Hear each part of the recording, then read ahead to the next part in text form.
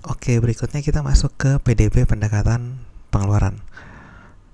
PDB ini juga dapat dilakukan, ya, perhitungan PDB ini juga dapat dilakukan dengan menjumlahkan permintaan akhir dari berbagai sektor atau unit ekonomi suatu negara. Melalui pendekatan ini, dilihat bagaimana penggunaan dari produksi suatu perekonomian oleh unit-unit ekonomi yang ada di perekonomian tersebut. Unit-unit ekonomi yang dimaksud ini adalah yang kita sebut rumah tangga, ya, RT rumah tangga.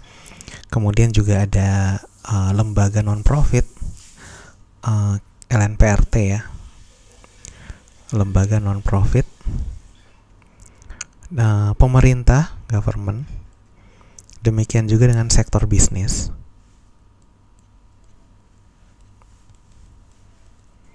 dan sektor luar negeri. Sektor luar negeri.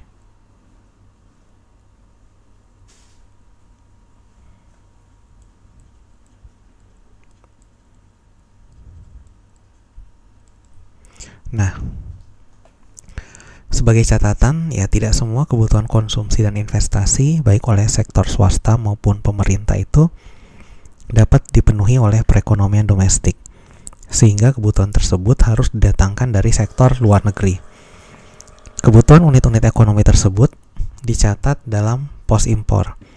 Sebaliknya, terdapat sisa produksi perekonomian domestik yang tidak habis dikonsumsi atau tidak digunakan untuk keperluan investasi dalam negeri yang dapat diekspor ke luar negeri. Nah, ekspor dan impor merupakan sektor luar negeri, di mana ekspor ini merupakan pos permintaan eksternal. Perhitungan PDB dengan metode pengeluaran, ya, dapat dilakukan dengan menjumlahkan semua permintaan akhir dari setiap unit ekonomi yang ini, atau secara matematis bisa kita tulis sebagai berikut.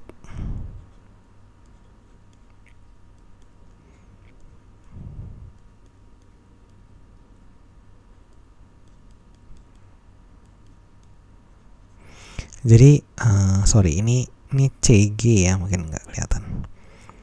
CP ini adalah konsumsi rumah tangga atau institusi yang tidak mencari keuntungan.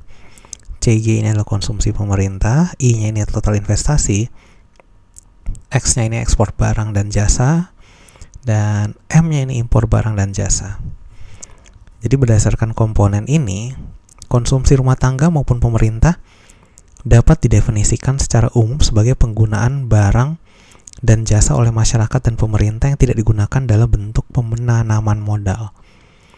Investasi sendiri punya dua komponen, ya, yaitu ini investasi dia punya dua komponen. Jadi pembentukan modal tetap domestik bruto, terus juga disingkat PMTDB, dan satunya lagi adalah perubahan stok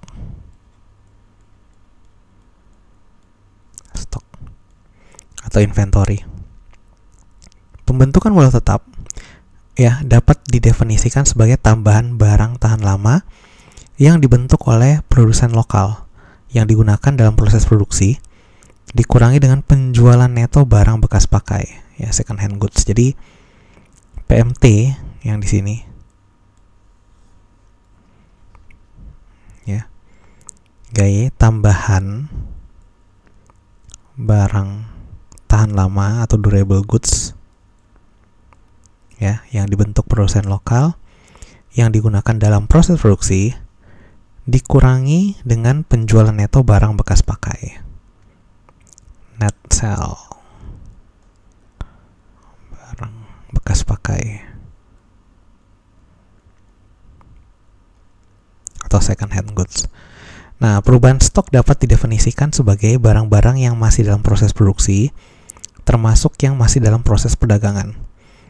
Jadi bila perekonomian dibagi menurut sektor penjual dan pembeli, penjual barang bekas pakai di luar tanah itu mencerminkan disinvestment pada sektor penjual dan investasi pada sektor pembeli. Transaksi ini dikeluarkan dalam perhitungan pembentukan modal tetap domestik bruto.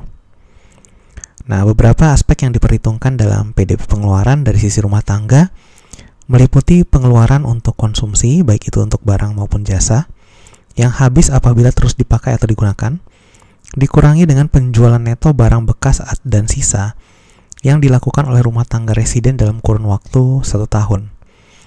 Sedangkan dari aspek pengeluaran konsumsi pemerintah, ya, ini pengeluaran yang sifatnya rutin, yaitu belanja pegawai, belanja barang, belanja perjalanan. Jadi yang G ini ya.